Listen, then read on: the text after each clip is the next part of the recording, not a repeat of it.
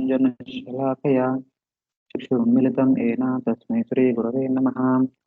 श्रीचैतन्यमनोभीष्टं स्थापितं येन भूतले स्वयं भगवदामह्यं ददाति स्वापदान्तिकम्।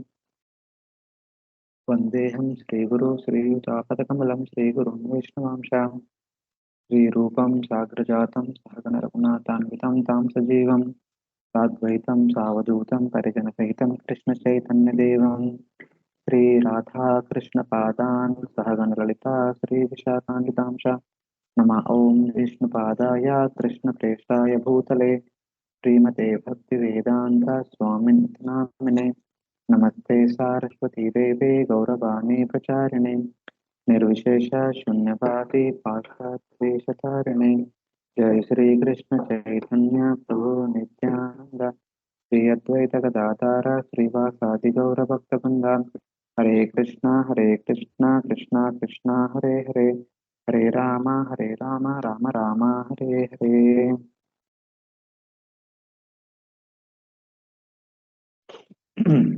Hare Krishna. Welcome to the devotees. Mukundamal Prabhu is out of town, so he told me to take this class. So today we are supposed to complete, or whatever we cover, that is a complete of our syllabus. That we can think of. So in the last two classes, we saw that with the intention to kill Indra, who was somehow or other directly or indirectly the cause of the death of her two sons, Hiranyaksha and Hiranyakashipu, Diti serves her husband Kashyapa very nicely. So Kashyapa thought Diti had changed her mind. She had been transformed. So he was very happy looking at her service for a long period of time. So he said, please ask me if you have any desire. I am here to fulfill all your desires. Then Diti says, I want to have a son who can be immortal and who should be killing Indra. Kashyapa was feeling very sorry. What is this? This is the nature of a cruel woman.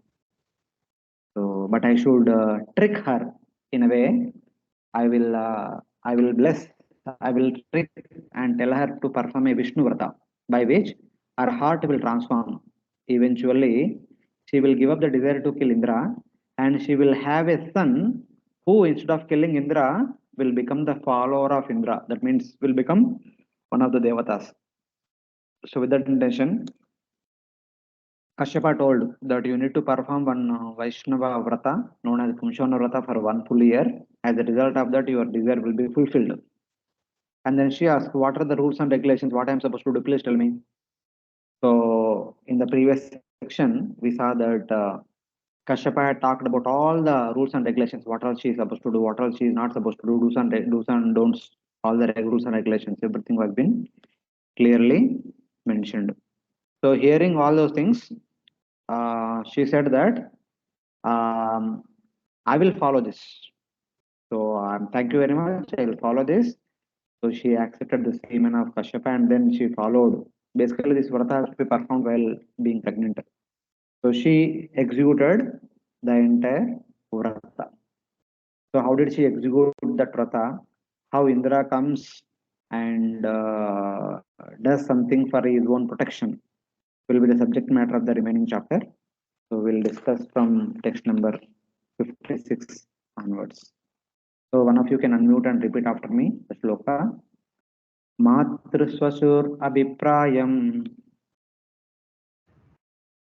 Matrasvasur abhiprayam Indra ajnaya manada Indra ajnaya manana Srushrusanena shramastam Shushrusanena shramastham Titim paryacharat kavihi. Dittim paraya charat kavi. Please read the translation. O king, who are respectable to everyone, Indra understood Diti's purpose and thus he contrived to fulfill his own interests. Following the logic that self-preservation is the first law of nature, he wanted to break Diti's promise. Thus he engaged himself in the service of Diti, his aunt. who was residing in an ashrama. O respectable king, intelligent Indra, understanding Diti's purpose, engaged himself in the service of Diti, who was at that time residing in an hermitage. So Diti began her vrata. So as she was doing her vrata, Indra disguised himself as a maid servant, like assistant or something like that, and he came there to assist Diti in a disguised form. Because Diti was performing that vrata to kill Indra, and Indra want to protect himself somehow or other. So that's why he came in a disguised form. So Indra served her very diligently in all these months for a year while she was executing this vrata. Nityam vana sumanasa.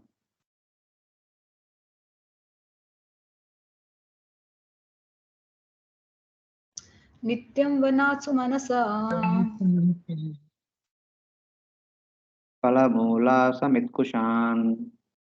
falamula okay. Falamula samitkushan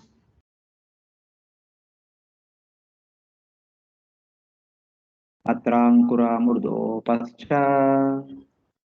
patra ankura mrida pascha Kale kala upaharat. Kale kala kale upaharat. kale kala upaharat.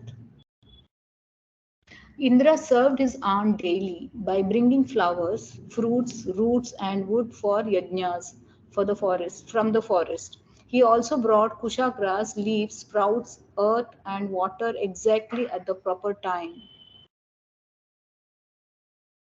Indra daily brought flowers, fruits, roots, wood, kushagrass, leaves, sprouts, earth, and water at the proper time. Whatever is required at a particular time, everything Indra diligently brought to Diti, so that Diti can execute that Vrata. So we'll recite together only, seems. एवं तस्यावृतस्ताय व्रता छिद्रं हरेर्नृपा प्रेप्सुः पर्यचरज्जिह्मो मृगाहेवं मृगाकृति. Yeah, someone read the translation.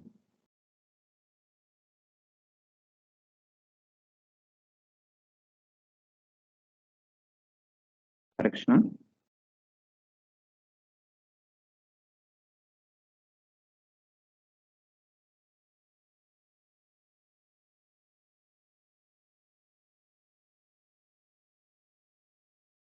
Not audible.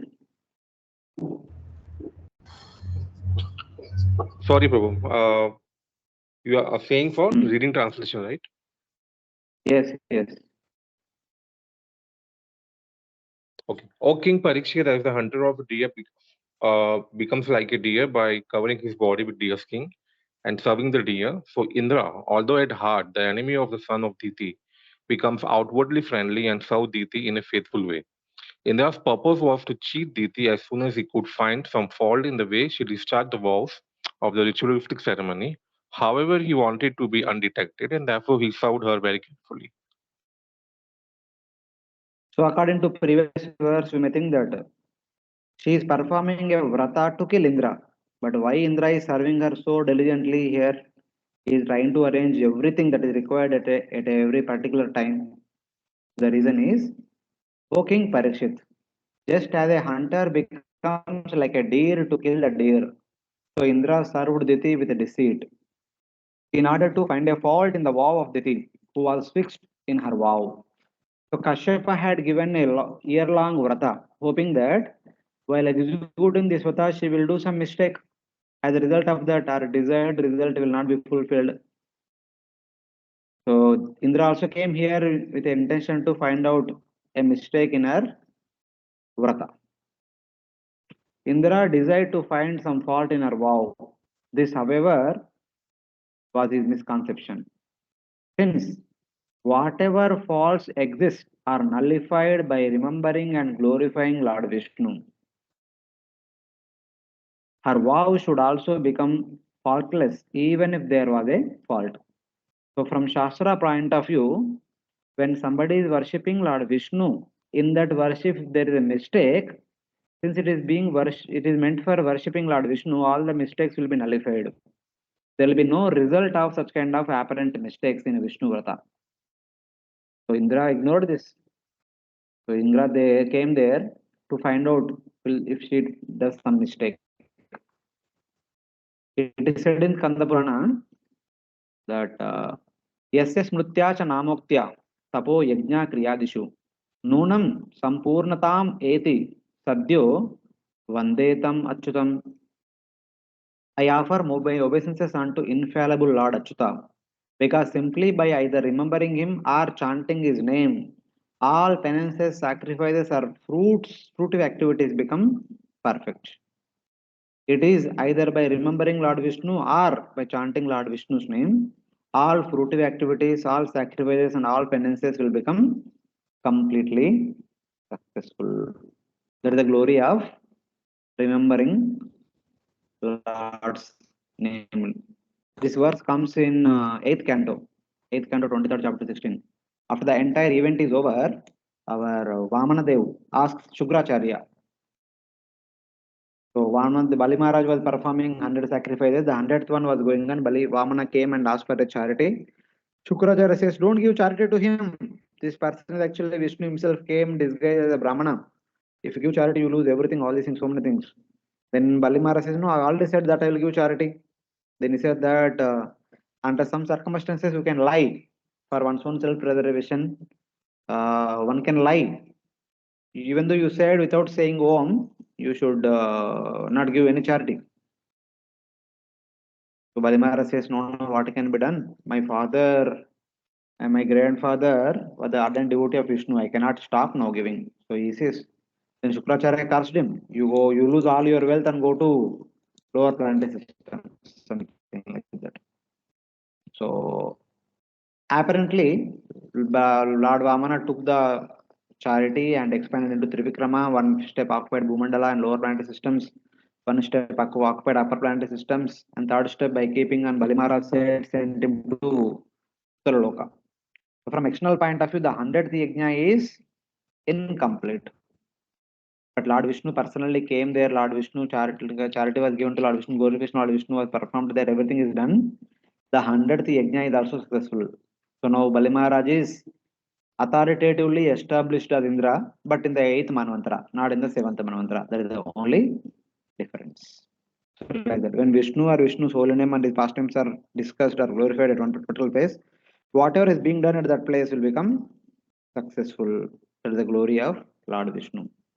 Mantrata tantrata chidram desha kalartha vastuta sarvam karoti nichidram anusankirtanam tava.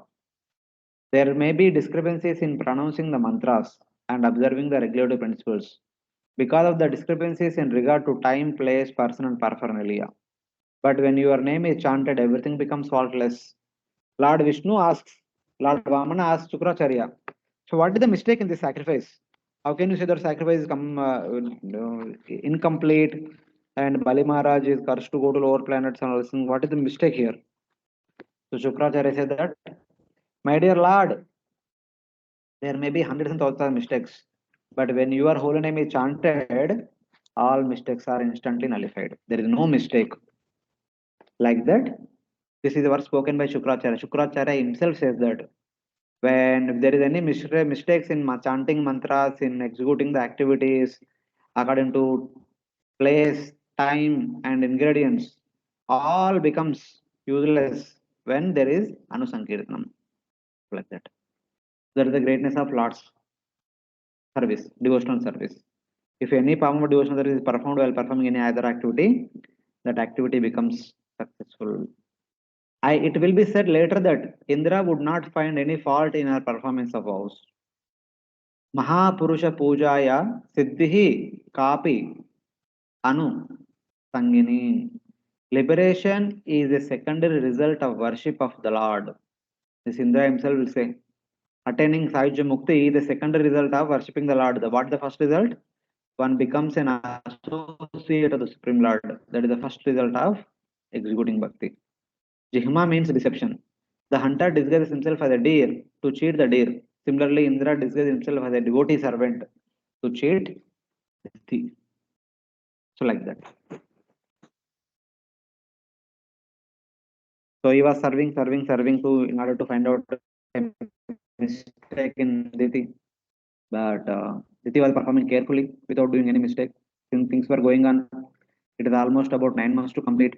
It is about to a year when child is about to be born. If child is born, Indra will be killed. Before that only something should be happen. Indra is worried. That will be explained in the coming verses. नाद्यगच्छत् व्रतं चिद्रम् तत्परोता महीपते चिन्तां तीव्रं गता सक्रा केन मे स्यात् शिवं त्विहा. Someone read the translation. O master of the entire world, when Indra could find no faults, he thought, how will there be a good fortune for me? Thus he was full of deep anxiety.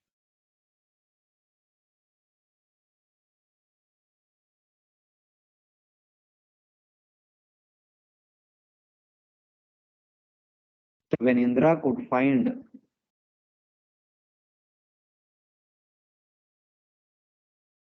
when Indra could find no faults, he became intensely worried. He thought, "Kename stat Shivam tuimahiha?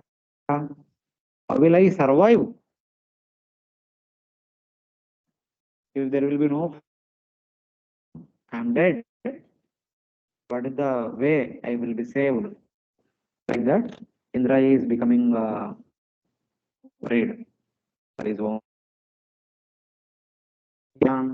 Uchista अस्पृष्टवारि अदौताङ्गृहे सुस्वापा विधिमोहिता. Please read the translation.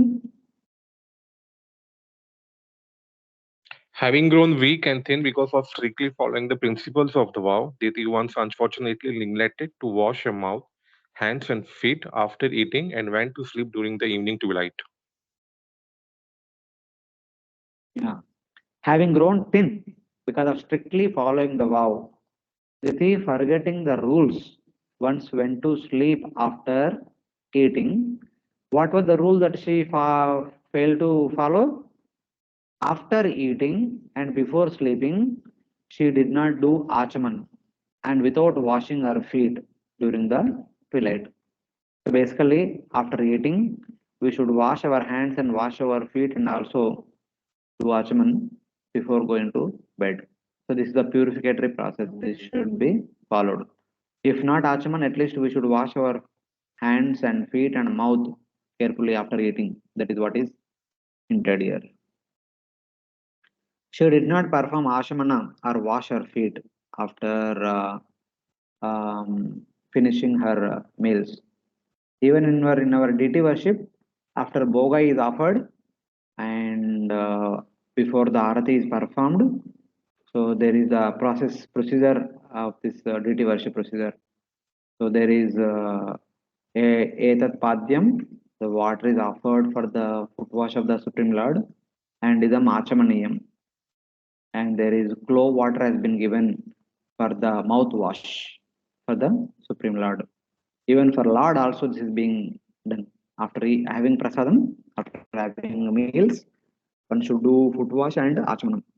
And then go and do the respective activities, whether you sit and do office work or walk or travel here and there and sleep or whatever, according to time, place, circumstances. So it is like that. लब्ध्वा तदन्तरं शक्रो निद्रापहृतचेतसा स्थिते प्रविष्ट उदरं योगेशो योगमायया. Yeah, please someone read. Finding this fault, Finding Indra this who fault, has continue. finding this fault, Indra who has all the mystic powers, the yoga siddhis such as Anima and Lagima, entered Diti's womb while she was unconscious, being fast asleep.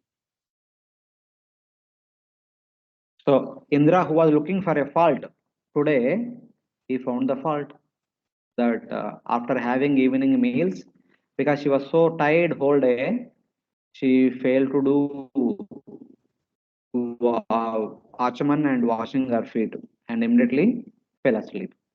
So finding this fault, Indra, who is the master of yoga, Yogesha, entered Diti's womb while she was unconscious during deep sleep by his power of yoga. So Diti was in deep sleep. So noticed by her, Indra entered into her womb for the purpose of annihilating the embryo in her womb.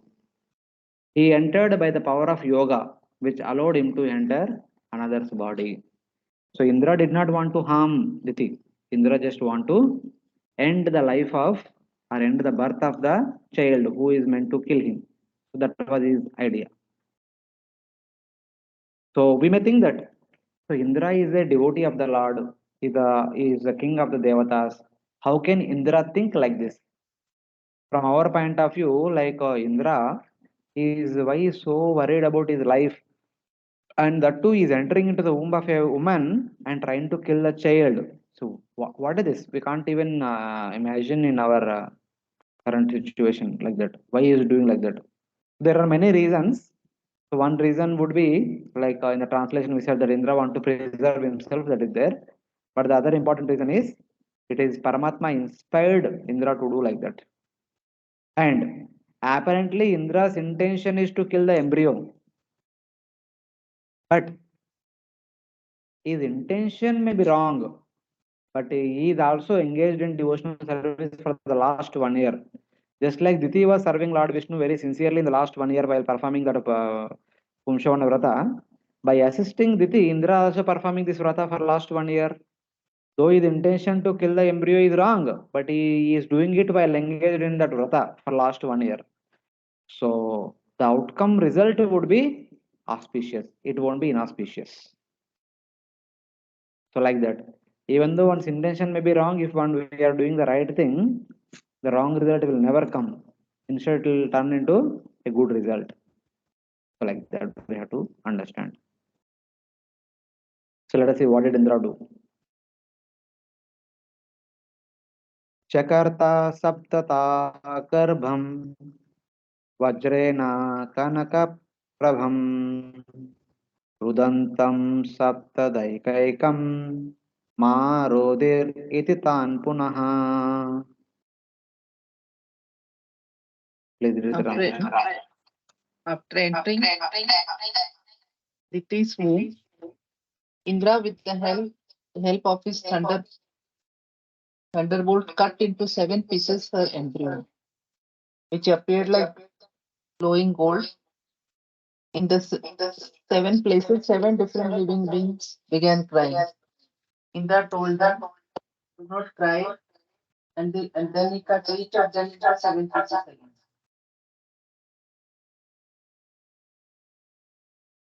Indra, with the help of his thunderbolt, cut into 7 pieces her embryo, which glowed like gold and which began to cry.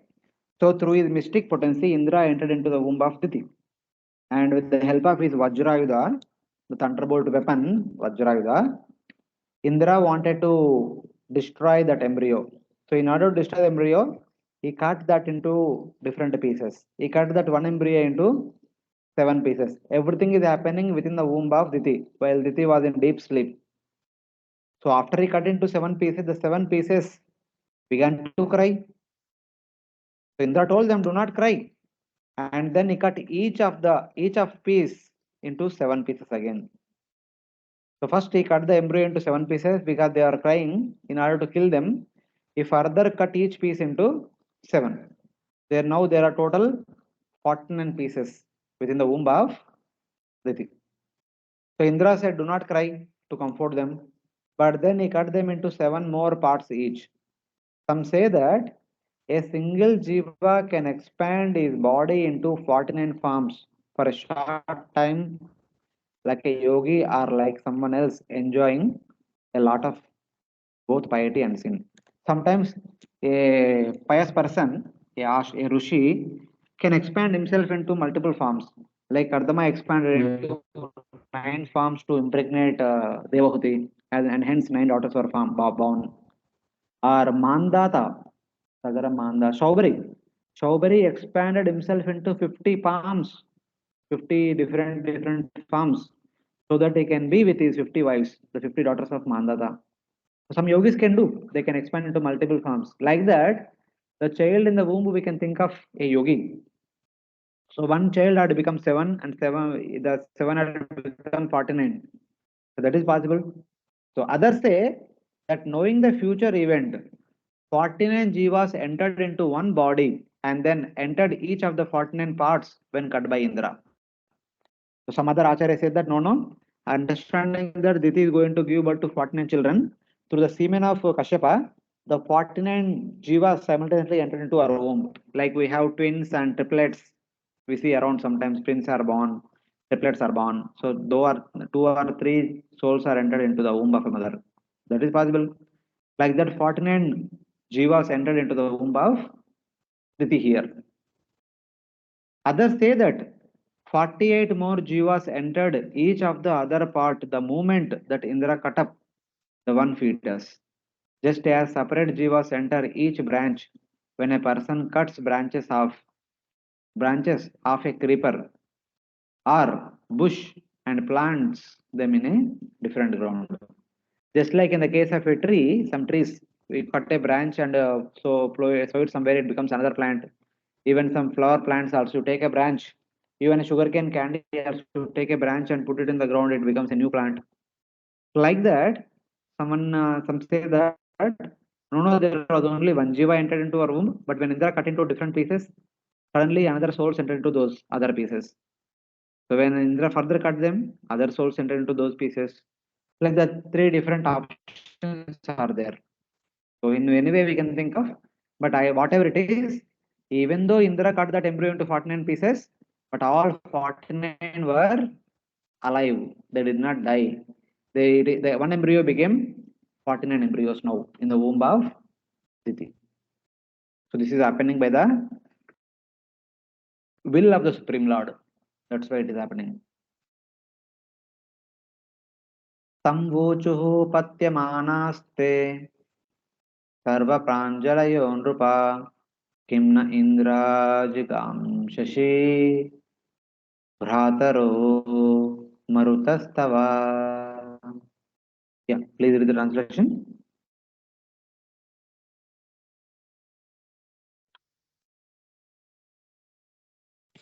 O king, being very much aggrieved, they pleaded to Indra with folded hands, saying, Dear Indra, we are the Maruths, your brother. Why are you trying to kill us? O king, Brother. the cut pieces. Sorry, Mataji. Yeah. Why are you trying to kill us?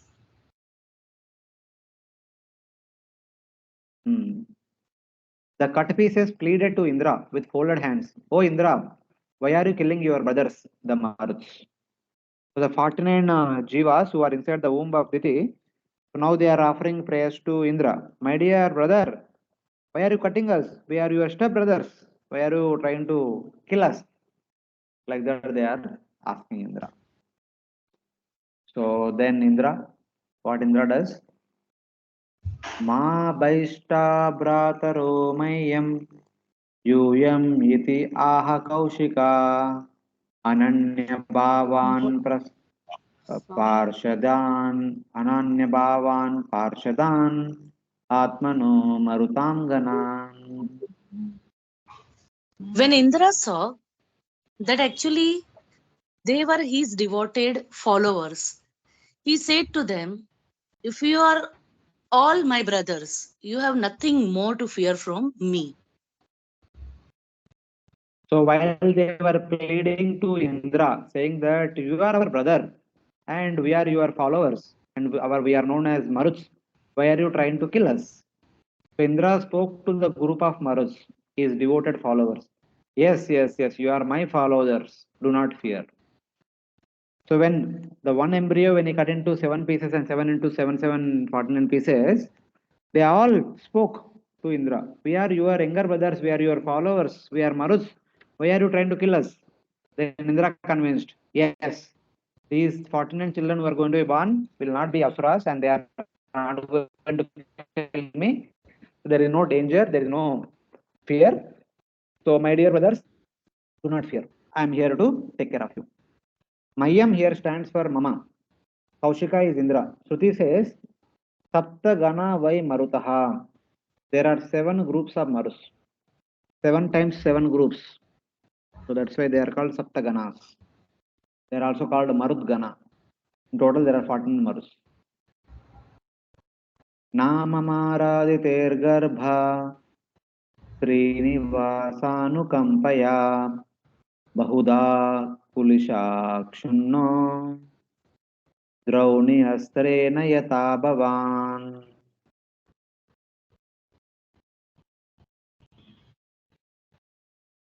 Yeah, please read. Sukadeva Goswami Sukhdev Goswami said, My said, dear Parikshit, you were born by the Brahmastra of Ashwatthama. But when Lord Krishna entered the womb of your mother, you were saved. Similarly, although the one embryo was cut into 49 pieces by the thunderbolt of Indra, they were all saved by the mercy of the Supreme Personality of Godhead. Sukadeva Goswami saying that just as you, O King Parikshit, were burned by the Brahmastra of Ashwatthama but did not die, that one embryo which was cut into 49 pieces did not die by the mercy of the Supreme Lord. There, when Ashwatthama's Ashwatthama's Brahmastra is burning the embryo of Uttara, Uttara was praying to Lord Krishna. She prayed to Lord Krishna, so Lord Krishna entered and protected that embryo of Parikshit Maharaj. Similarly, here, since Aditi was performing Vishnu Vrata for the last 1 year, even though Indra was trying to kill that embryo, but through Indra only, the embryo became 49 and 49 became alive. This is the glory of Lord Vishnu and his Vrata. Vishnu and Vishnu Vrata. This is the special mercy of the Lord shown to his surrendered devotees. Any questions? All of you are following? Krishna?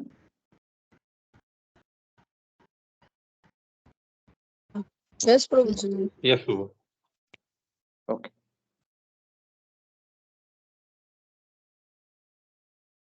Sakrit Ishtwadi Purusham Purusho Yati Samyatam Samvastaram Kinchidunam Dityayed Archita Sajur Indrena Panchasat Devaste Maruto Bhavan Vyapyohya Matrudosham Te Harina Somapakrita.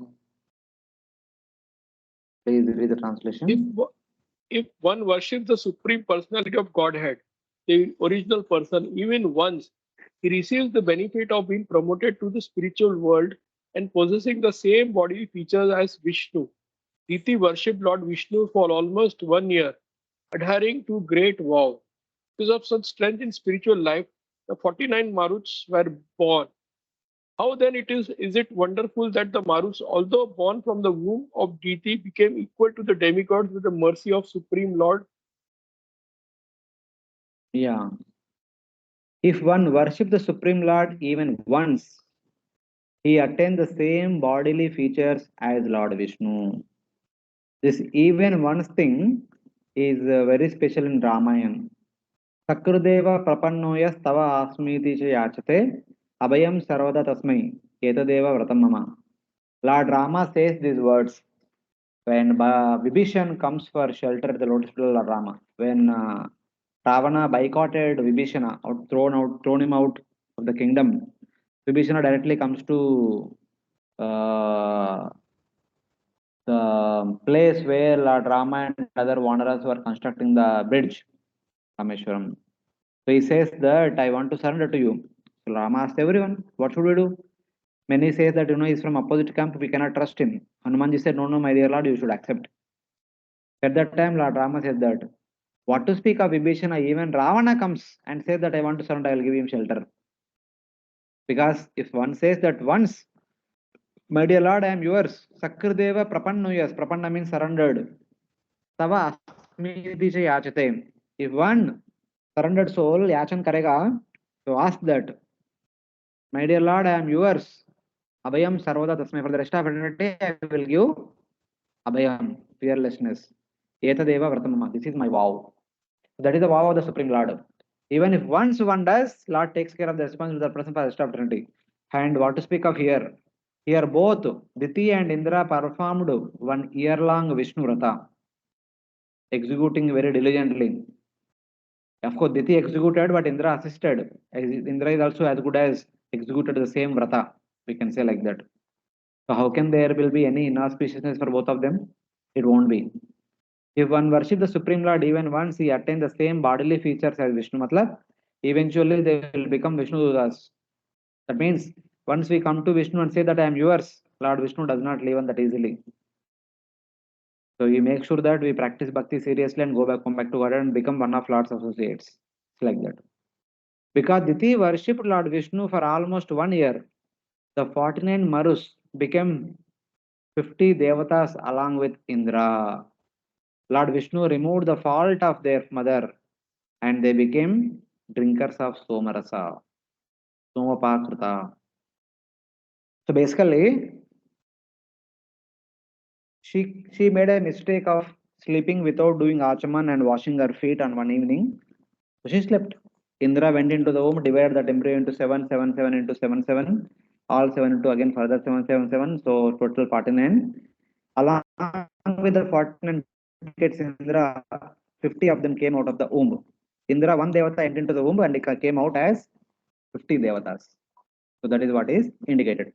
And the fault of Diti was been removed. So Diti wanted to have a child who will kill Indra. Instead, that fault has been removed and instead, Diti got 49 children who will be glorified as Devatas in the future. In the originally also, she had the same problem, comparison mentality. My co-wives have beautiful children and they are in the position of the kings of the heaven. And they are being glorified and they have a lot of opulences. I don't have any children. That was the competitive mentality. Now that desire is being fulfilled now. So now she will also have sons who will also devatas, who will also have position, fame, name, and also facilities. So she should be satisfied with that. Prabhuji, Ah. what does it mean? The 49 Maruths became 50 Devatas? No, but that in the next verse it will be said, all the 50 of them came out of the womb together. That means Indra and 49 Marus, they all came out of the womb. Okay. Like that. For example, you alone go into a room and come out with 10 more people. So we say that 10, 11 people came out of the room like that. Okay, yeah, right. Samyatam means attaining similar human form. That is Sarupya Mukti. Sajuhu means with, along with, something like that. So now, Ditirvuttaya Dadrishe Kumaran Anala Prabhan Indrena Sahitan Devim Paryatushya Nindita. Please read. I'll read, Prabhuji. Anyone. Because of worshipping the Supreme Personality of Godhead, Diti was completely purified. When she got up from bed, she saw her 49 sons along with Indra. These 49 sons were all as brilliant as fire and were in friendship with Indra, and therefore she was very pleased. Kindly see the translation very carefully and tell me what is this. When she got up from bed, Diti, who was purified by executing this vrata for last 1 year, saw her 49 sons, brilliant as fire, along with Indra. She was pleased. What is happening here? Prabhuji, earlier Diti wanted to take revenge with Indra, but now as the purification has taken place, she was very pleased. So that revenge thing is totally No, vanished. not so much. What do you observe? No, what do you observe here? That is all we discussed. She was performing that vrata as a result of that she was purified. Not children, they are grown-up children. They are not toddlers. They are not kids. They are all born-up children. Born-up girls. Grown up also not so much mentioned. She saw 49 sons, brilliant as fire, along with Indra.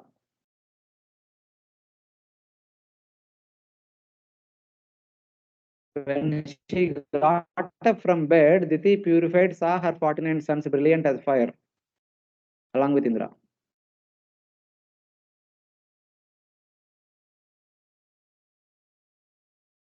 Any observation? So is it like Indra also becoming her child? This was also there, born with 49. Not exactly. Indra was same only. Indra is already anyway her sister's son only.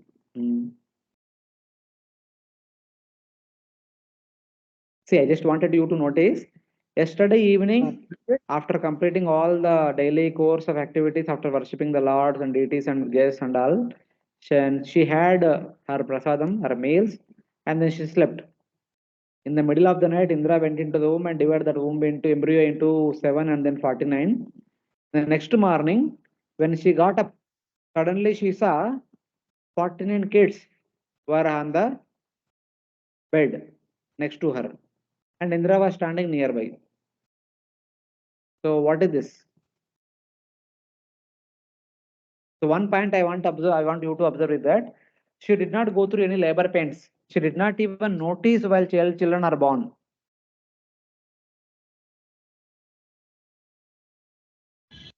It This doesn't kind of, happen, no. That they don't go through that labor pain process, no. For devatas, they don't have that process, no.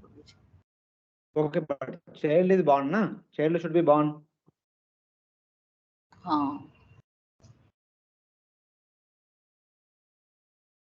So directly they appeared in front of her. So even child is not born also. Can it happen like that? No, that Indra's mystical power maybe. Yeah, we can think of like that. In the Bhagavatam, there are two mentions like this in the 10th canto. One is Diti, the Devaki, Vasudev, other one is Mother Yashoda. How Krishna was born in the prison house in Madura?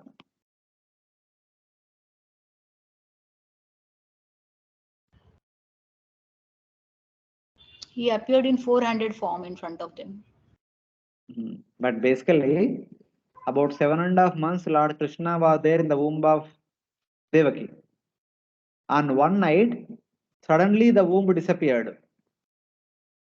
And then in one corner of the prison home, Lord Krishna appeared in the form of Vasudeva Krishna with 400 form, bluish complexion, yellow garments, all brightly shining like sun. Everything in the middle of the night while making everyone else to sleep. As Devaki, her womb disappeared. They awoke. As soon as they awoke from the sleep, and immediately one brightly shining personality standing in front of them. Of course, both of them recognized him to be Supreme Lord and they offered prayers. This is what happened. So we say, Diti held the womb in her, the embryo within her womb for 7.5 months, but she did not deliver a baby. Similarly, Mother Yashoda also happened same thing. It is said that even Srila Prabhupada writes that because of the huge labor pains, Mother Yashoda forgot whom she gave birth to. She slept. That's why Vasudev could bring the son, bring her son, his son, and exchange with the daughter. Even Mother Yashoda also did not know that she was delivering the baby. She also slept in the night. In the morning, when she got up, she saw a son next to her. According to our acharyas, she gave birth to twins. Mother Yashoda delivered twin children. How? No one knows. There was no Aya also to deliver the baby. So as you mentioned rightly, it seems all these personalities are so great, they don't have to go through the labor pains. Just like for Devaki, the child disappeared from the womb and appeared in the corner as the 400 Vishnu form. Even same thing happened to Aditi also. Later on, Aditi also performs Payovrata ceremony from January to July, August, September, or whatever, February to July, August, September. So for her also, the child was in the womb for 6-7 months, and then the womb disappeared. And in front of her appeared 400 Vishnu. And eventually, by their request, he becomes Vamana. So in the case of some special personalities such as Devatas and all these devotees, this is how the childbirth takes place. They don't have to go through labor pains. They will Prabhuji, maintain the child in the Kunti, womb for some months, and suddenly by mistake potency, from the womb they will come out, they will disappear from the womb, and they appear in front of them as the children. So like that. Yes. Prabhuji, what about Kunti Maharani then? I mean, there's a difference because she didn't undergo any pregnancy itself, but the child suddenly appeared. So how can we understand this? Mahabharata says that all the 6 children were born instantly. It is called Sadyogarbha. The blessings were given by Devatas, immediately she had a child. So whether she underwent a pregnancy period at least for 1 muhurta and then she delivered, like the going through labor pains and all, we don't know. There is no clear-cut mention. But the child was born to her. All the five Pandavas and Karna, they were all born within a muhurta time. It is not that she had become pregnant and pregnancy has been carried for 7-9 months. Such kind of thing is not mentioned. Even Mahabharata very clearly said that all the kids were born Sadyogarbha, with instantly within a muhurta. So details are not mentioned, so we don't know Yeah, whether Prabhuji, she one really more. delivered the baby or not. I just wanted to know, Prabhuji, Gandharika, 100 children, how they are born? Like she had one embryo, and how No, they got Gandharika, one embryo was there. She hit on her embryo, so the embryo came out of the womb. It came out as a flesh. Then Vyasadeva divided that flesh into 101 parts and kept the flesh into 101 parts. Oh, For 1 year, they were there in the part. They were developing. After 1 year, the part was broken, child came out. Just like the bird lays eggs, and after some 21 days, breaking the egg, the small kids come out. Small birds and small hens, they'll come out. okay, okay, Like that. okay, like a test tube baby. Because Mm. the baby embryo grows outside the body, outside the womb, or something. Yes, test tube baby, you can say. So this point, I mean, I just noticed. Like this, we have multiple instances. Krishna also appeared like that from Devaki, and Lord Krishna and Subhadra appeared from, not Subhadra, that Yogamaya appeared from Yashoda. Same way, the womb would disappear because they did not go through any labor pain. That is, no one noticed that childbirth happened. As soon as they get up in the morning, the child is there next to them. Child came out of the womb without being noticed by the mother, like that.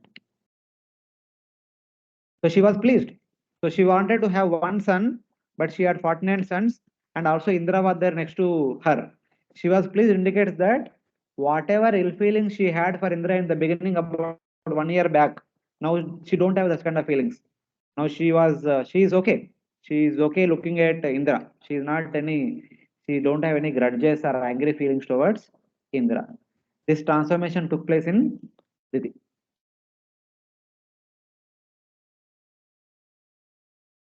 अतेन्द्रमाहताताहम् आदित्यानां भयावहम् अपत्यम् इच्छन्ति अचरा व्रतम् एतत् दुष्करम्. Someone please read the translation. Therefore, Diti said to Indra, my dear son, I adhere to this difficult vow just to get a son to kill you 12 Adityas.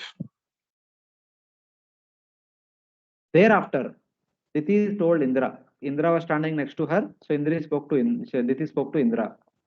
My dear son, I adhere to this difficult vow with a desire for a son to be feared by you 12 Adityas. I wanted to have a son who will be the source of fear for you 12 Adityas. एकसङ्कल्पिता पुत्रः सप्तसप्ताभवं कथं यदि ते विदितं पुत्र सत्यं कथय मामृषा. I prayed for only one son, but now I see that there are 49. How has this happened? My dear son Indra, if you know, please tell me the truth. Do not try to speak lies. I prayed for only one son who has become 49 sons now. How has this happened? Oh, my son Indra, if you know how this had happened, please tell me. Do not speak lies. So this is saying that I wanted to have one son who will be fear creating for you 12 Adityas, but no 49 sons are there. How it happened like this? So if you know, please tell me, but don't speak lies. Like that, Diti says. Then Indra says, Indra responds, Indra uvacha ambateham vyavasitam upadharyagatotikam labdhantaro chidam garbham arthabuddhirna dharmadruk. Please read. Indra replied, My dear mother, because I was grossly blinded by selfish interest, I lost sight of religion. When I understood that you were observing a great vow in spiritual life, I wanted to find some fault in you. When I found such a fault, I entered your womb and cut the embryo into pieces. So Indra replying, O mother, understanding your vow in my own interest, I was situated nearby and finding a fault, I cut the embryo up, not thinking of what was proper conduct. Indra kind of begging forgiveness. My dear mother, please forgive me. I was here only serving you for the last 1 year. If I desiring to find a fault in you, when I found a fault, I entered into your room and I cut the one embryo into 49 pieces for my own safety. So please forgive me for this inhumanly behavior or an immoral behavior. So no one would kill the embryo itself. So like that. When Diti spoke truthfully, Labdantara means finding a fault. When looking at Indra, 49 children along with Indra, Diti said, I was performing this vow, who will be cause of you, who will be the death of your 12 Adityas. So Indra also said everything true. Just like you are performing Vrata to get a child who will kill me, like that I was also serving you to get a opportunity to save myself by killing the child. So that's how he told everything. But Indra says something interesting in the next couple of verses. Krutto Prabhuji, me saptat. Yes. sorry for this. So I have this one. So just before, only after this night the children are born now, and Indra's friendly with this one. So even before that, Indra had that enmity towards the children of Diti, and he killed them. He was ready to kill them. So now, after he coming to know that these Maruths who are born are going to be his own, like friends. So after making sure that they won't kill him, now Indra has, is transformed into a more of a, good person, and then now he is speaking this one. So when Prabhupada writes here, it's that the devotional attitude develops, after one performs devotional service. But is is it not in a flash of moment this has happened? So this has not happened because of this 1 year of vrata or 1 year of service to the devotee, right? So this has happened because when Indra now knows that he is in a safe position, so now he is confessing before Dititi, right? No, not So like that. how Not can like that. Not like that. Not like that. Not like that. Not like that. See, if the opponent is a male person, Indra would have gone and fought with him without caring for his life. But the opponent person is a woman. Indra can't fight with the woman. You see other condition also. When Kayadu was in pregnancy, when Hiranyakashipu was performing the severe austerities, then also Indra and Devatas arrested Kayadu. They were taking Kayadu along with them so that when the child is born, they could kill the child. Because father is so detrimental, child also will be so detrimental to them. So they wanted to kill him after the child is delivered. It was there. And here also, they did not harm Kayadu. Respectfully, they were taking Kayadu. They wanted to kill the child who can be the cause of problem to them in the future. So here also Indra knew the child is going to be a problem. Indra wanted to find an opportunity where she will do a fault. As a result, see, from Kashyapa's point, from all our point of view, you will have a son. If you follow this vow properly, who will kill Indra. So now, if you make a mistake, something can happen. So anything, what can happen? The child can be aborted also. So Indra is trying to do the abortion of the child, we can say. It is not because uh, um, he is just changed now. He is already, see, even while doing it also, he was okay. But self-preservation, even in one of the verses, Prabhupada writes, self-preservation is the most important thing. It is required. This is the reason. Indra, whenever somebody is doing some tapasya, he becomes insecure. So apparently, we may think that why Indra is so selfish, why he is so much attached to that position. From one point of view, it may appear Indra is so much attached to his position, facilities, opulences, enjoyment like that, but not like that. Indra is attached to the seva. See, for example, when we have given one service and we are very happy doing that service and we are very much accustomed to do serve in that way only, when that service is going to be taken away by somebody else, what kind of feeling we are going to have? Same thing is with Indra. Indra is serving the Lord in that position, the king of the Devatas. So he becomes, it becomes intolerable for him that if when somebody is also trying to hide upon the position, hide upon that particular place, so he thinks that his service will be taken away. That's why. And Indra, they, for Devatas, they need to practice this bhakti for one manvantara time period, then they can go back to Godhead. They cannot give away in between. Even in this Govardhan Leela, Indra tells Krishna, so my dear Lord, please take me away from this position. Because of this position, I'm always making so many mistakes. So Lord Krishna says, don't worry. Whatever happened, but don't do such kind of mistakes once again. Please continue your service. Even though Indra himself requesting that please take me away from my post, Lord Krishna says, no, I cannot relieve you. You please continue your service there only. So it is like that. The Devatas are duty bound. They do their service.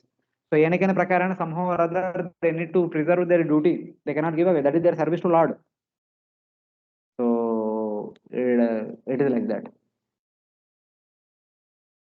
So, Prabhuji, right, in that case, like he should not have been, cursed also, right? Like when he killed Vritrasura, like, he had to undergo this one, when he killed Vishwarup, he had to undergo punishment. So when he's doing it for the sake of preserving his or mood of seva, if you say, as you said, so like he should not have got that punishment also, right? So if he is right Which on punishment? his part, this one. So the curse that he gets right after killing Vishwarupa, he gets, and then after killing this one, I mean Vritrasura, now like he goes and hides the this one, right? That stem of the lotus, all that is there. Manasarod Lake, yeah. Yeah. So all this, so which means like when somebody does something to preserve one's own position, so in the name of seva, like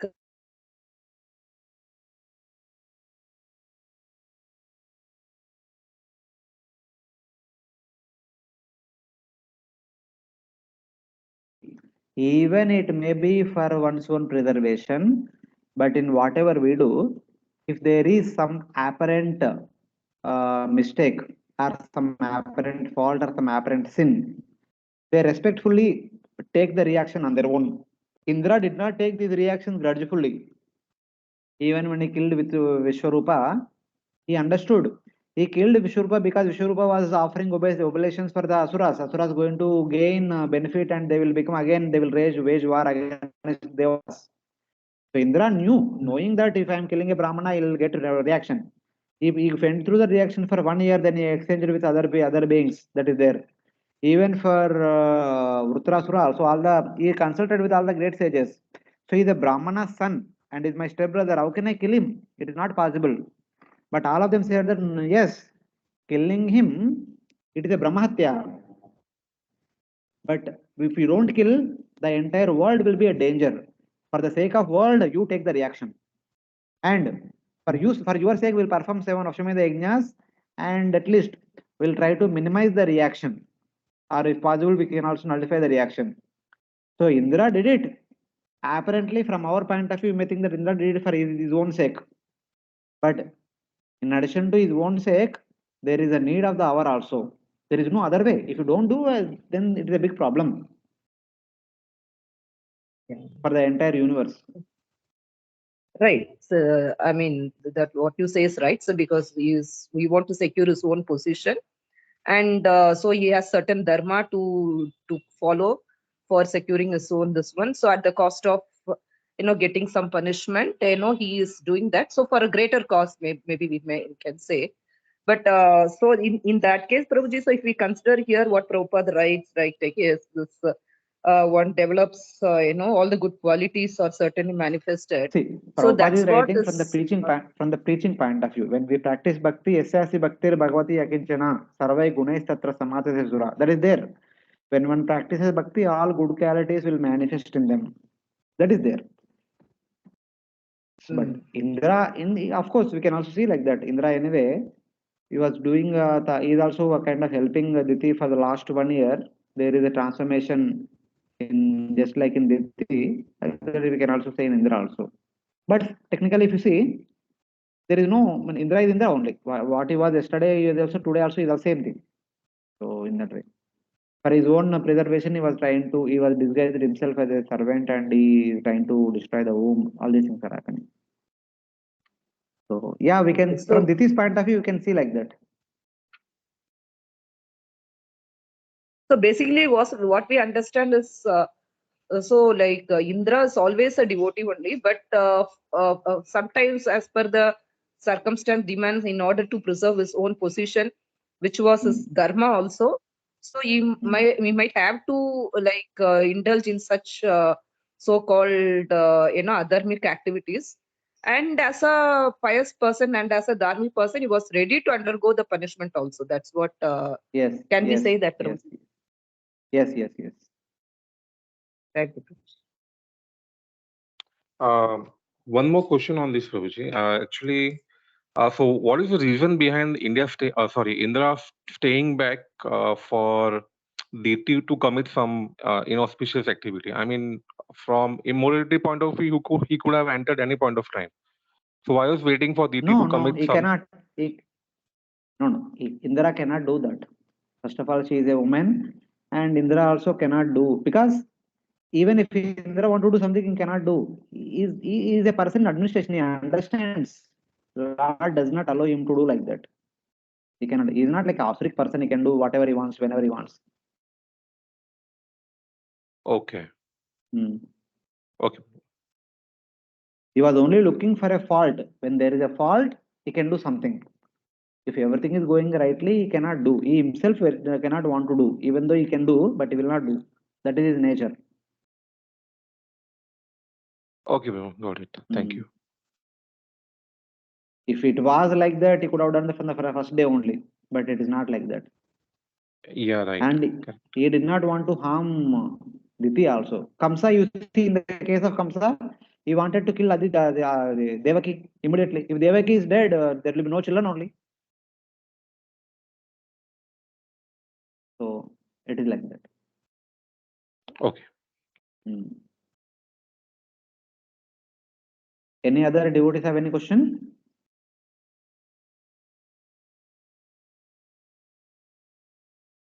So now Indra responds. Krutto me saptada garba asan sapta kumaraka tepi chaikaikaso vrukna saptadhanani marmire. Yeah, please someone read. Quick. Indra replied, "My dear mother, because I was grossly blinded by selfish interests, I lost sight of religion. When I understood that you were observing a great vow in spiritual life, I wanted to find some fault in you. When I found such a fault, I entered your womb and cut the embryo into pieces. Next verse.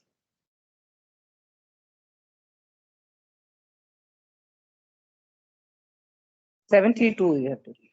Hmm. Yeah. First, Oh, I sorry. cut the child in the womb into 7 pieces, which became 7 children. Then I cut each of the children into 7 pieces again. By the grace of the Supreme Lord, however, none of them died." Hmm. So when Diti asked, "What happened, my dear son?" I prayed for one son, but there are 49 sons. How it happened? So Indra says, "My dear mother, for my own preservation, I came here serving you in a disguised form for the last 1 year, and we were waiting for a fault. Yesterday I found a fault. I went into the womb. I cut the embryo into 7, and then each one into another further 7. But somehow or other, none of them died. So they all took birth. So you had 49 children. ततस्तात् ततस्तत्परमाश्चर्यं वीक्ष्य व्यवसितं मया महापुरुषपूजाया सिद्धिः कापि अनुसंगिनी. Here Indra says that, seeing that great wonder, I discern the truth. Even liberation is a mere secondary result of worship of Lord Vishnu. See, see the miracle. For the last 1 year, you are performing severe austerities. And for the last 1 year, I was also trying to serve you in the most menial way possible to kill the embryo. But none of our wishes are fulfilled. Neither your wish is fulfilled nor my wish is fulfilled. Since both of us are engaged in Lord's service, only Lord wish happened. So it's like fulfilling our wish is like the liberation, attaining liberation. So we are working for liberation, but Lord is so powerful. Lord has given something much more superior than the liberation. So like that. So people worship Lord Vishnu for the sake of liberation, but Lord can award his own lotus feet to such a devotee. That is the greatness of the Supreme Lord. So this is what Indra realized. Seeing the great wonder that I entered into your room to destroy the child, but 49 children were born, and you wanted to have one child who can kill me. But by Lord's mercy, there were 49 children who have become devatas. See what miraculous thing happened. Vyavasitam means I determined. 2.5 verses explain about Lord Vishnu's worship. Liberation is the second result of worship. So now Indra further speaks about the same thing. So this is the miraculous results can come in the worship of Lord Vishnu. We may approach Lord Vishnu with an intention to get some desires fulfilled. But what we get is we have never imagined. That is beyond our comprehension. That is the greatness of Vishnu worship. Actually, this verse is a glorification of Lord Vishnu's worship. So it is like that. Even though in our bhakti also we may have some desire. Okay, I want to serve the Lord like this, like that. But what one would get is beyond one's imagination. That is the potency of bhakti and Lord Vishnu. That we understand, we should understand from this past time. So by this, everyone is satisfied. Diti wanted to have one son only. Previously, she had two sons died. For a mother, she wants to have more and more children. She is going to have 49 sons. At the same time, Diti wanted to have her sons to be glorified as devatas. Now 49 devatas are there. What to speak of one son becoming devata? She has 49 sons.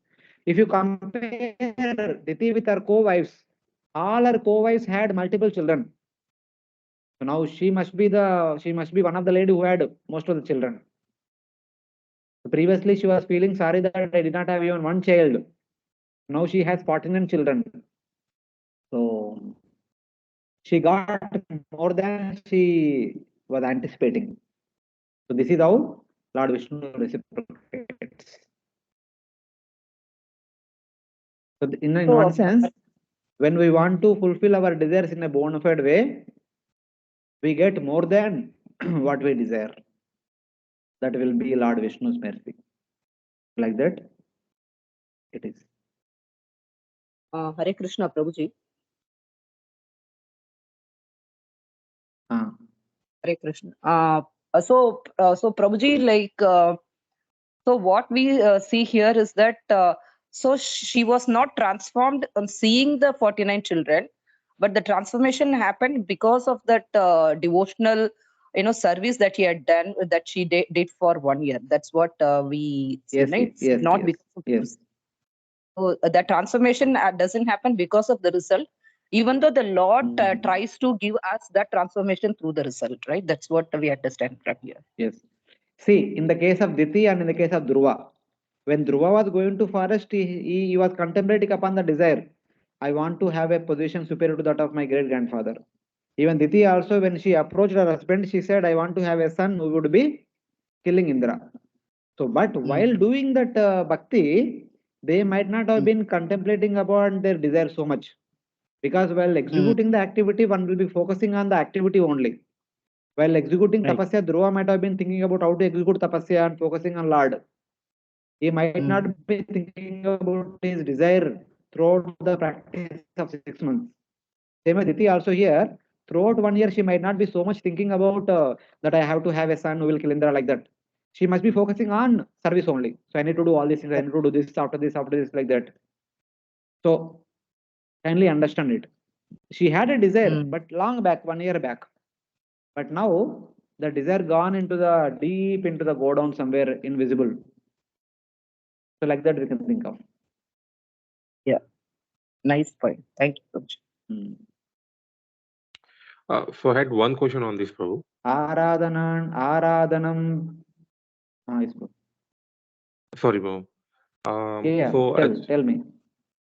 So, Prabhu, actually, you can correct me. So, what I feel over here is that actually the Indra's word, which came out in the praise of the devotion service, was more from the external point of the view. So, I mean, so when he tried to kill the Maruth and Maruth's body were like in an effulgence, and then even what the behavior of the Maruth showed was something was pleasing.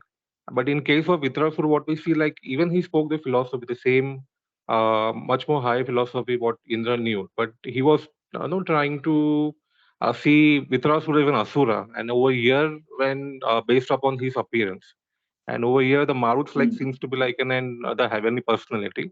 So in according to the situation, it seems like Indra, based upon the externalities, is speaking the glories of the Lord. But so like in probably he should have even identified the same in the case of the Vitrasur. But he was externally looking like an Asura. But even at that point, he was not that clear what kind of personality the Vitrasur was. So No. There also Indra understood Vitrasura is not an ordinary person.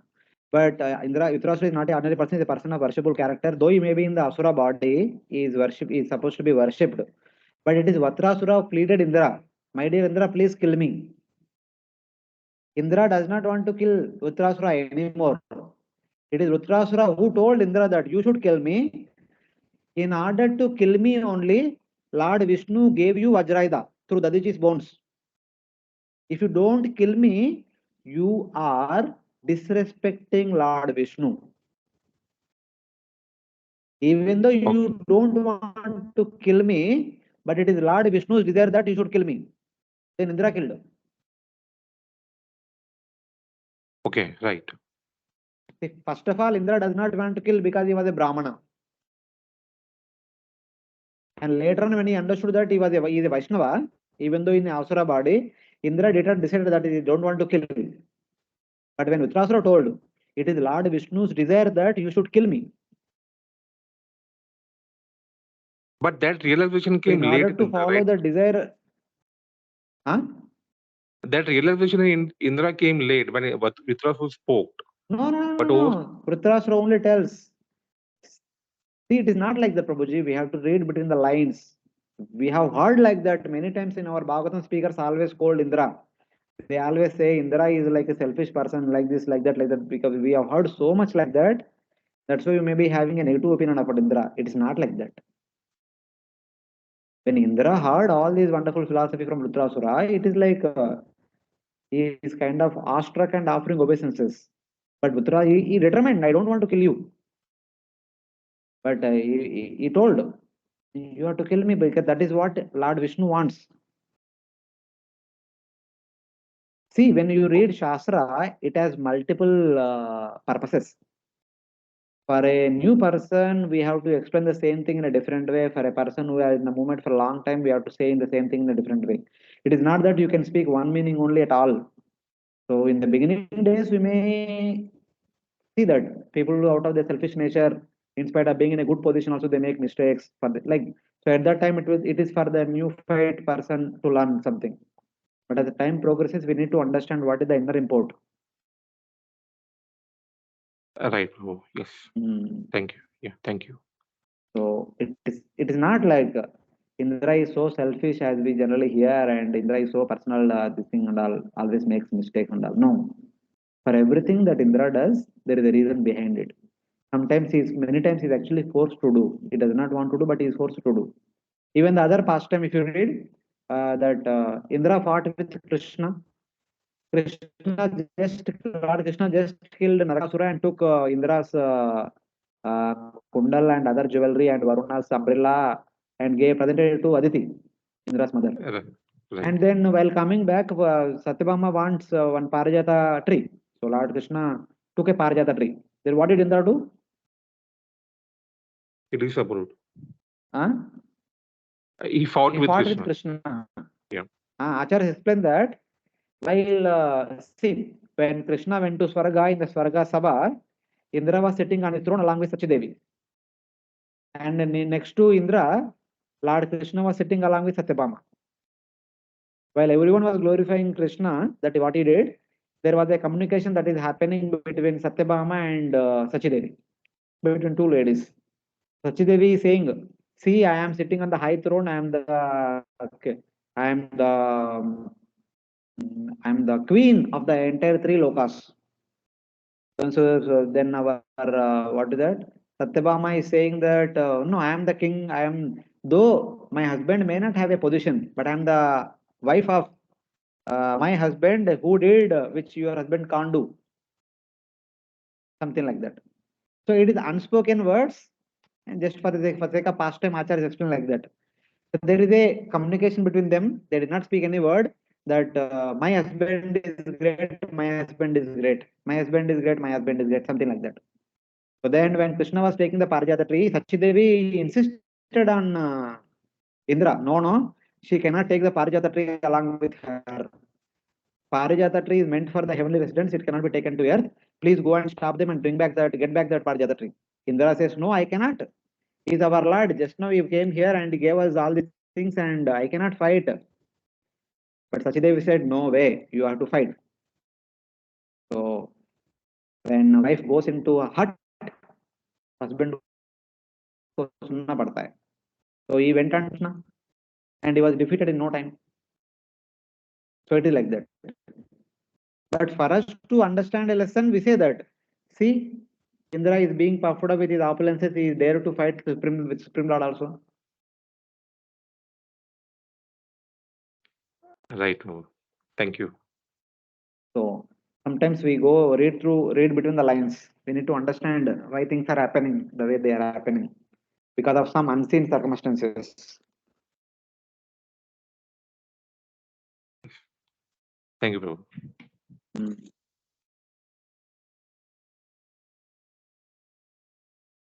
Aradhanam Bhagavata Ihamana Nirashisha Etu Nechati Api Param Te Swartha Kushala Smruta. Read the translation.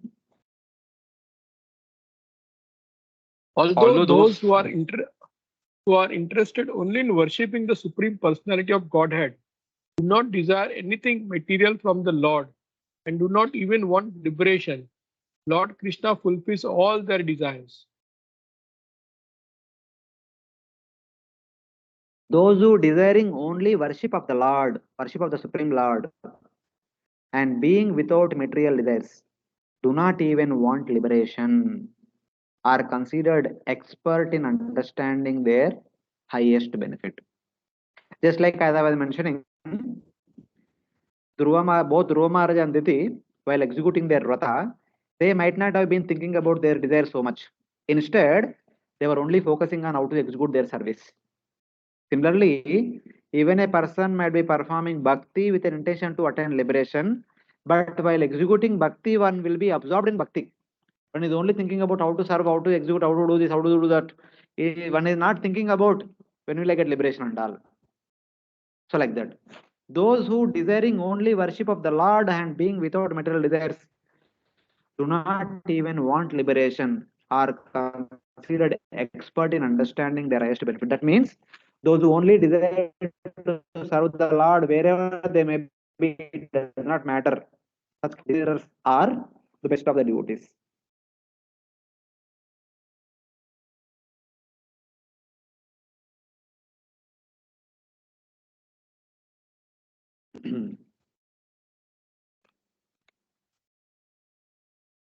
Hare Krishna, devotees are able to hear me?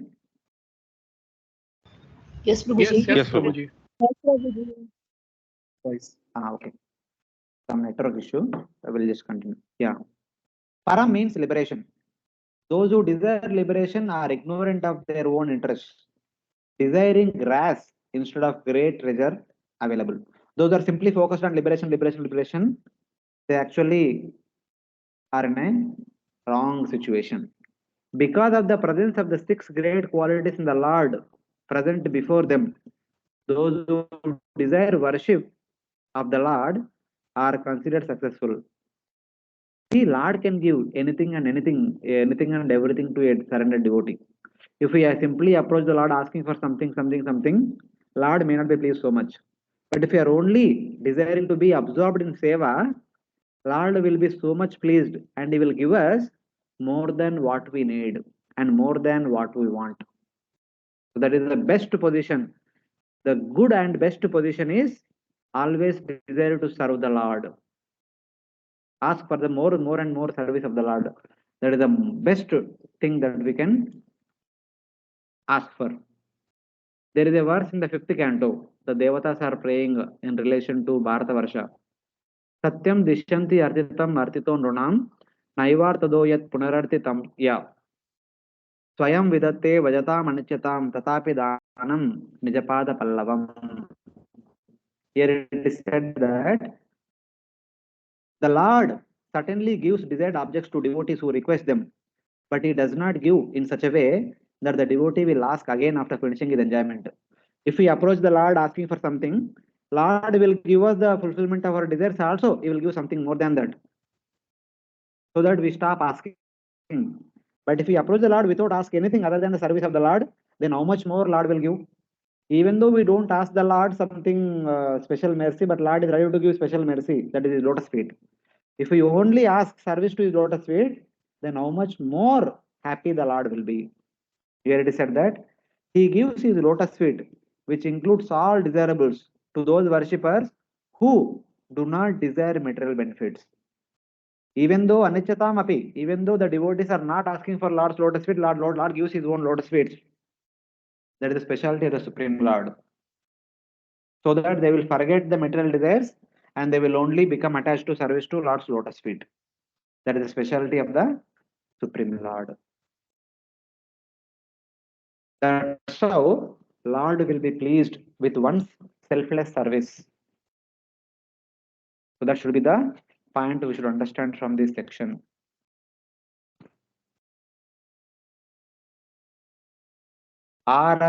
आराध्यात्मपदं प्रदं देवं स्वात्मानं जगदीश्वरं को वृणीता गुणस्पर्शं बुधस्यान्नरकेऽपि यत्.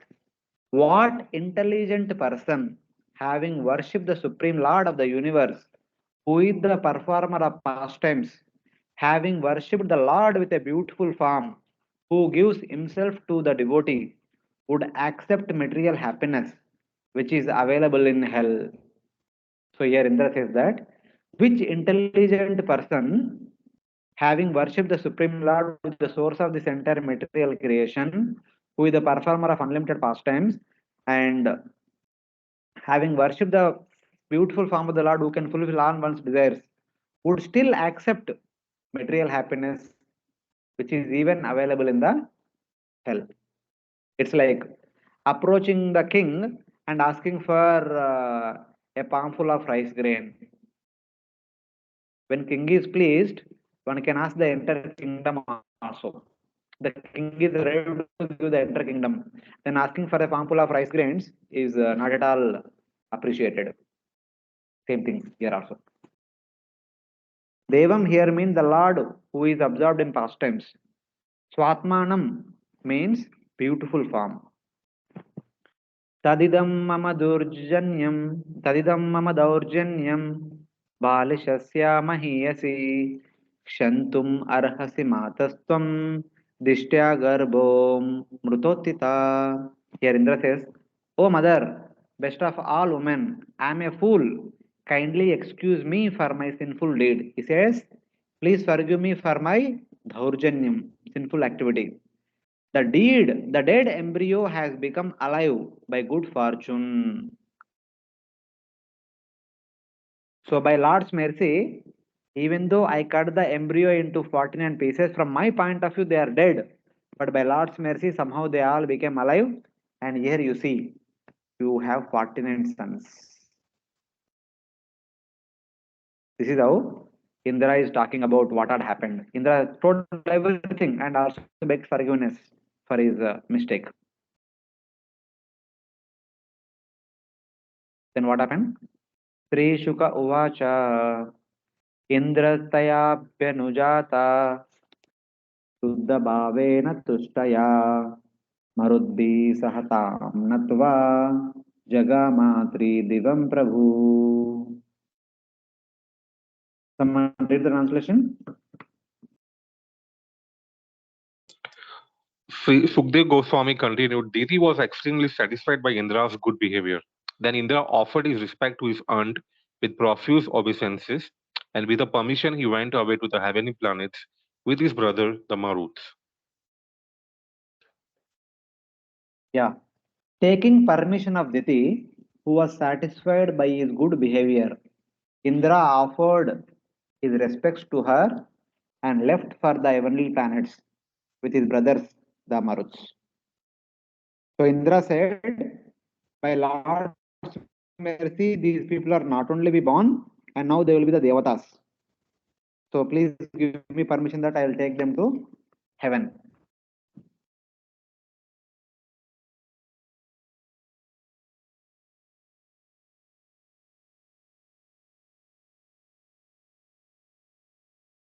So with the permission, the due permission of Diti, Indra took all of them to heaven. Now Diti also have 49 children, and her children are Devatas. They are nicely taken care in the heaven by Indra himself. So what kind of ill feelings Diti will have, whether for Indra, whether for her co-wives, she will not. So like that. That's how the entire story is ended. Evante sarvamakhyatam yanmam tvam paripruchasi mangalam marutam janma kimbuya katayamite.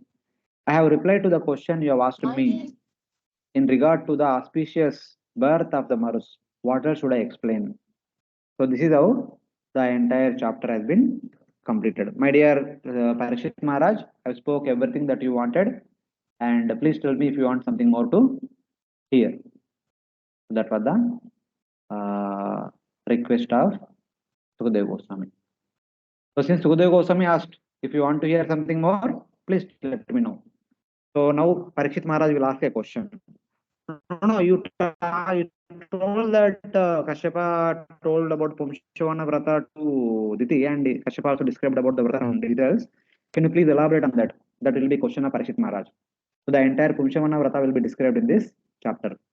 In the 19th chapter, on being asked by the king, Sukadeva Goswami describes in detail the Pumsavana vow, which destroys cruelty in the heart and pleases Lord Vishnu. Why Parikshit Maharaj wants to know about this Pumsavana Vrata? What is special about this? Because Parikshit Maharaj himself was completely satisfied by hearing what all happened. See, from apparently, Diti had evil intention and Indra also had a personal motive. But the result is beyond their expectations. So that is the speciality of Vishnu's Vrata, Vishnu worship. And Pumsavana Vrata is one such Vrata anyone and everyone follows this Vrata, they also get benefited beyond their imagination. That's why for all of our benefit, if we know how to execute this Vrata in a proper way, we can execute. With that intention, Parikshit Maharaj is going to ask a question to Sukadeva Goswami, and Sukadeva Goswami is going to elaborately describe this Pumsavan Vrata in this particular chapter. Prabhuji, the details of all rules regulations already discussed. So why again Parikshit Maharaj is asking this question? Because already That each was and every not detail. complete. That was the important details were mentioned there, and here some more details also will be mentioned. Okay. Sri Rajo Vacha Pratam Pumsavanam Brahman Bhavayayad Udiritam Tasya Veditumicchami Ena Vishnu Prasidati. O Brahmana, I wish to know the rules of Pumsavana right you mentioned by which Lord Vishnu is pleased. I wish to know all the rules of the entire vow.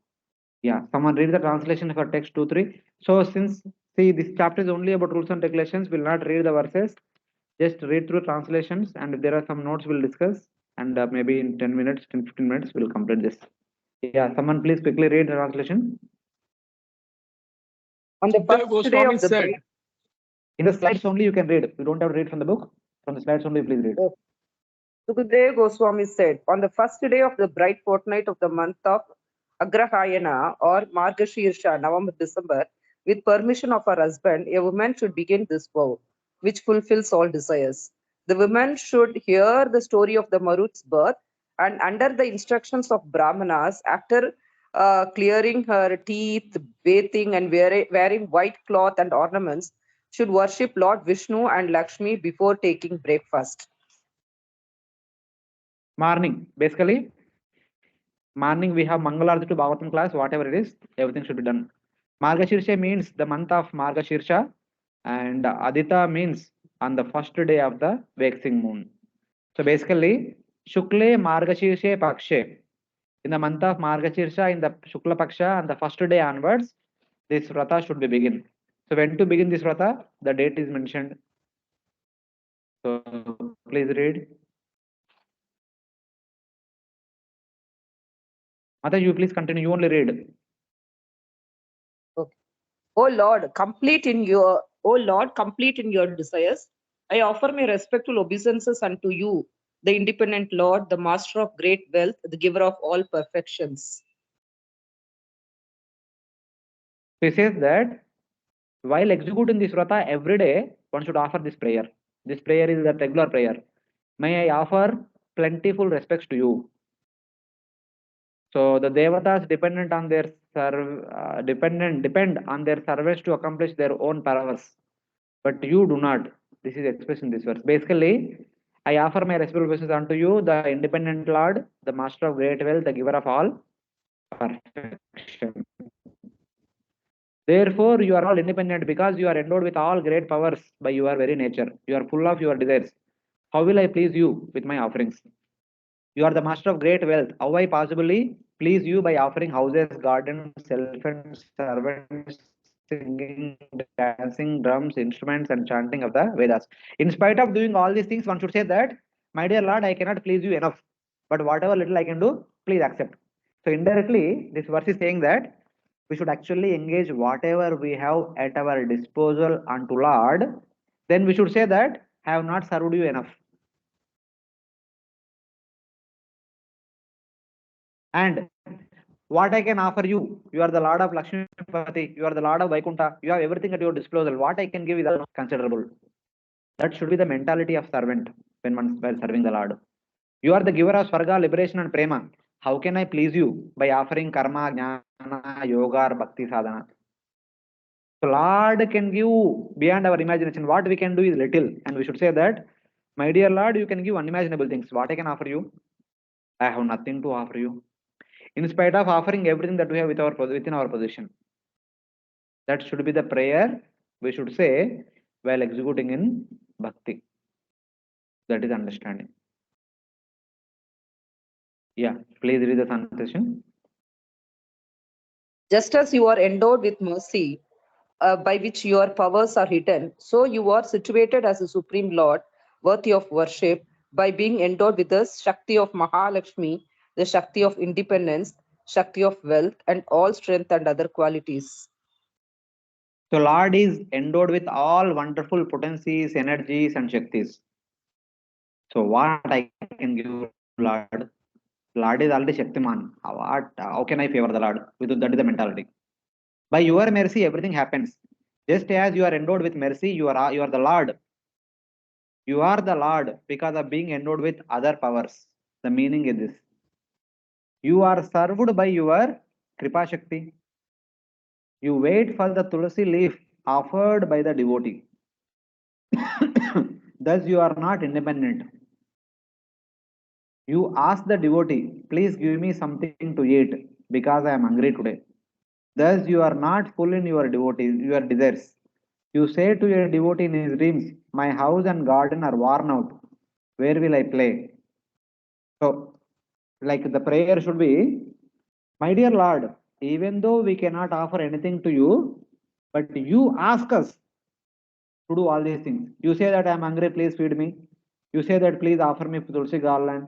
You say that your garden has been dried up, so please take care of the garden. So otherwise, where will I play? It's like that. Lord is already constantly engaging his devotee, saying that I am your family member and you should provide me everything and you should take care of me completely. It's like that. Even though Lord don't have to depend upon devotees, but he acts as if he is completely depend upon his devotees. That is Lord's mercy. Thus, you are without wealth. Though you have all powers of yoga bound by the ropes of prema of the devotees, you cannot go anywhere.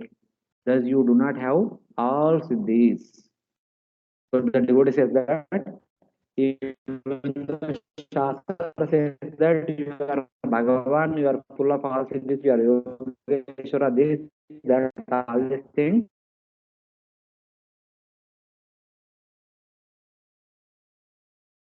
Your behavior is not at all like that. You are completely dependent upon your devotees. That shows that you are incomplete. By your power as Mahalakshmi, by your power of complete independence, by your power of great wealth, by your strength, and all other qualities such as having all your statements come true, you remain independent and full in your own desires in this world. You alone are the Supreme Lord, the Master of worthy of worship. But on the other side, you are the Lord of everything, you are the Master of everything, you are the possessor of all wonderful Shaktis and opulences. That is your position. This should be the prayer. Every day while executing the worship, that means when worshipping, one should offer everything one has, and one should say that, my dear Lord, you don't need all these things. But on my part, I need to offer everything for my benefit, or for my well-being. That should be the prayer. So please read the translation. O wife of Lord Vishnu, O internal energy of Lord Vishnu, possessing his qualities, O goddess of fortune, please be kind to me, O mother of the world. I offer my respectful obeisances unto you. Please go ahead. Yeah, I offer respects to Vishnu, full in six powers, to the Supreme Person, the final authority, husband of Lakshmi. I offer gifts along with great wealth. Daily one should call the Lord using this Vishnu mantra and offer arghya, food water, achaman, bathing water, garments, sacred thread, ornaments, scent, flowers, incense, lamps, and gifts with great attention. See now, previously what Kashyapa told was very briefly. Now we see the detailed things. What exactly, how exactly we should do, what prayer we should be done, we should be doing, and what all the ingredients we should offer to the Lord every day morning. This is all morning rituals. Everything has been indicated. Yeah. Next.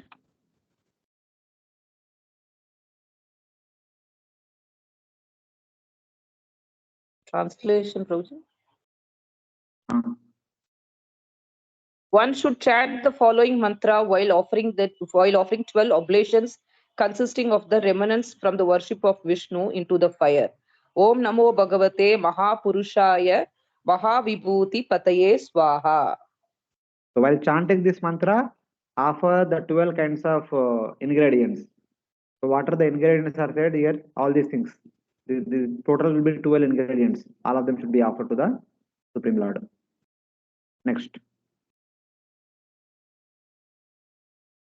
If one desires all wealth, one should daily worship with devotion Vishnu and Lakshmi, the bestowers of blessings and fulfillers of desires.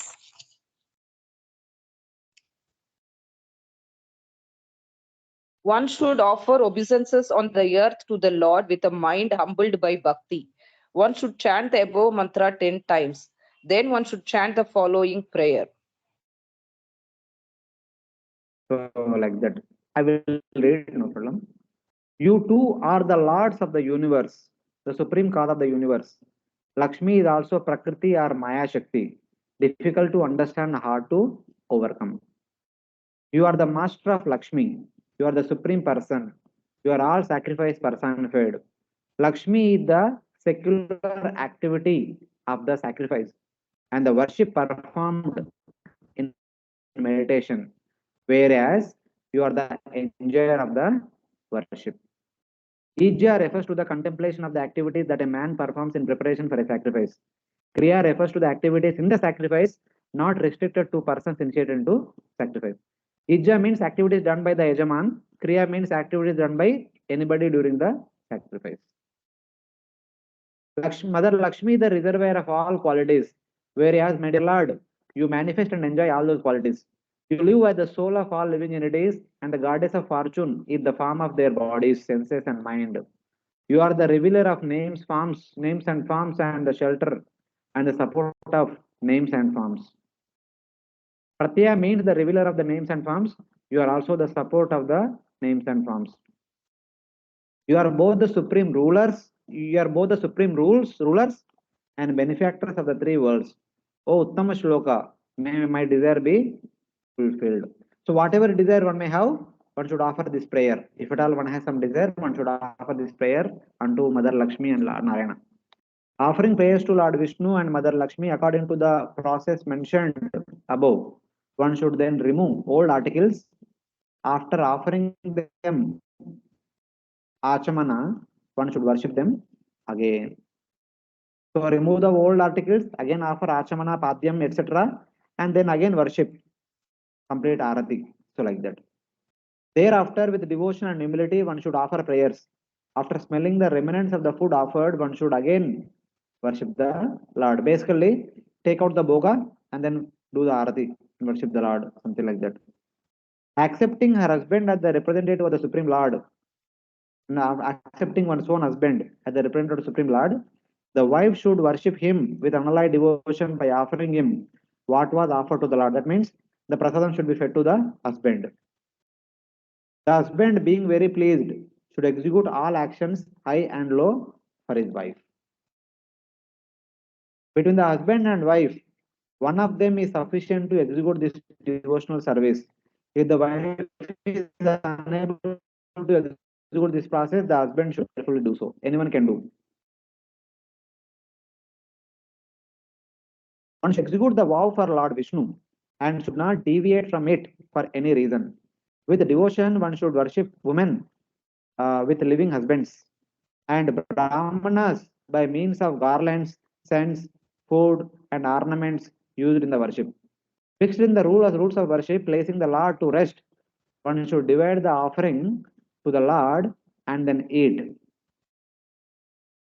One should divide the offerings to the Lord. That means one should divide the prasad and distribute across and then eat for oneself, for purifying the mind in order to fulfill one's desire. So whatever bhoga that has been offered to the Lord, then put the Lord to the resting and then divide the prasadam and distribute it to all the invited guests and all the family members. Then eat for oneself the performer. The performer should eat at the end after everyone is fed. The chaste wife, after passing 1 year doing this worship, should fast on the full moon day in the month of Kartika. On the Kartika Purnima, till Kartika Purnima, one should perform this Vrata. So basically, on the Margashirsha Shukla Pratipad, the vow begins. And the Kartika Purnima, the vow is ending. So till then, one should perform the vow. Terame Ahani means the full moon. Since the vow starts after the dark moon of Margashirsha, the following month during the waxing phase of the moon, and the vow ends on the full moon day of Kartika month. The vow does not last for a full year, but would be 2 weeks less, matlab 15 days less. Kartika Purnima, from Kartika Purnima, Margashirsha month will begin after 15 days. So it is about 11 months, 15 days. The Vrata will last only for 11 months, 11 and a half months. Only in the case of an extra Purushottam month, there would be over a full year's vow. If there is a Adhika Mas, then one has to perform the vow for 12 and a half months. So like that is the duration of the entire vow. The next morning, after performing Achamana and worshipping the Lord as before, the husband should offer 12 oblations of rice cooked in milk, sweet rice, and ghee, according to the rules in cooking rice for the full moon rituals. Like on Kartika Purnima, we offer special rice, and Sharad Purnima also we offer prepared special rice and offer to all the devatas and the moon god and gopis and all. Like that, the special sweet rice should be made on the moon, on the full moon day of Kartika month and offer to the Lord. When the satisfied Brahmanas bestow their blessings, he should devotedly offer them obeisances with his head, and with their permission, he should take the remnants. Offering the Guru first with controlled speech, he should talk, he should take his meal with friends, and then give his wife the remnants of the cooked rice, which will ensure good progeny and very good fortune. So on the last day, first the Guru should be worshipped, and then the other Brahmanas should be worshipped, and guests should be worshipped, and his family members should be offered food, and then husband should eat, and finally the wife will eat the food remnants of the husband. That will produce a good son and very good fortune. May she have a good son and very good fortune. This is the blessing she will receive, he and he will receive from the all the invited guests, Guru and the Brahmanas. If this vow is observed according to the rules, even in this life, a man will be able to achieve all the benedictions he desires from the Lord. A wife who performs this vow will receive good fortune, wealth, sons, a long living husband, good reputation, and a good home. So apparently we may see these things are why these things are mentioned in the Bhagavatam, all material benedictions. So at least even for these things, if one practices Pumsavan Vrata, they will get the fulfillment of these desires, and also they will get bhakti from the Lord's mercy. This is the preaching technique. If an unmarried girl observes this vow, she will get a good husband. Woman who has a husband or a son can be promoted to the spiritual world. A woman whose children have died after birth can get a child with a long life and also possesses wealth. A woman who is unfortunate will become fortunate, and an ugly woman will become beautiful. A deceased man can gain relief from the special disease and obtain a body with functioning senses. If one recites this narration during the Shraddha ceremony, the Devatas and the inhabitants of Pitruloka will be extremely pleased. The Devatas, Pitrus, and Lord Vishnu, being pleased, will bestow upon him all desires. O King Parishit, I have completely described the great vow of Diti and the great virtuous birth of the 49 Maruths. Avira means a woman without a husband or sons. A woman whose son has died will have a son who lives and also have become wealthy. A man who is deceased will be freed from the particular disease and receives a body capable of using the senses, but may basically becomes healthy. Abhyadate means Shraddha ceremony. They and Lord Vishnu, they mean the Devatas and Pitrus and Lord Vishnu will all be pleased by such worship. So like this, even though one may have some difficulty, one will become freed from that difficulty. Otherwise, also if one perform this Pumsavan Vrata, one will get Krishna Bhakti. In all different ways, it is beneficial only. It is nowhere a kind of time pass or time waste at all. It is beneficial in all respects. So that is how this has been indicated. So in this way, so we have completed the remaining portion of 18th and 19th chapter of the 6th canto. So I'm sorry we went on very fast scale. So, but anyway, we did it. Thank you. Thank you for this opportunity. Thank you very much, Prabhuji. Hare Krishna. Thank you so much, Prabhuji. Thank you very much. Thank you. Thank you, Prabhuji. Thank you, Prabhuji. Hare Krishna, Dandavat Pranam.